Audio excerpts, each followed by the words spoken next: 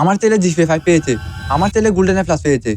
ভাই গালকে সেকারে সেকারে এসব show off মার্কা কথাবার্তা আর ফেসবুক পোস্ট বন্ধ করেন। হ্যাঁ, এখন অনেকেই বলবে ভাই ওরা তো অনেক কষ্ট করেছে তাই আজকে এত ভালো রেজাল্ট। হ্যাঁ, আমিও মানি ওরা অনেক কষ্ট করেছে আর তাও উল্লাসও করতে পারেন। কিন্তু প্রশ্ন হলো এই উল্লাসের মাঝে যে এতগুলো জীবন হারাচ্ছে, আপনি কি একবার ভেবেছেন এই জীবনগুলো কেন হারাচ্ছে? কেন তারা আজকে এই আত্মহত্যার পথ বেছে নিচ্ছে? একটা ছেলে বা একটা মেয়ের আত্মহত্যা এসব কিছু দুধের ব্যর্থতার ফল? আমি মনে করি এসবের পেছনে সবচেয়ে বড় কারণ হলো আমাদের সমাজের এই শো অফের প্রতিযোগিতা। আপনারা জিপিএ আর রেজাল্টকে আমাদের ব্রেনে এমনভাবে ঢুকিয়ে দিয়েছেন যেন জীবন মানে রেজাল্ট, জীবন মানে জিপিএ, আর ফেল করলে সে একজন লুজার।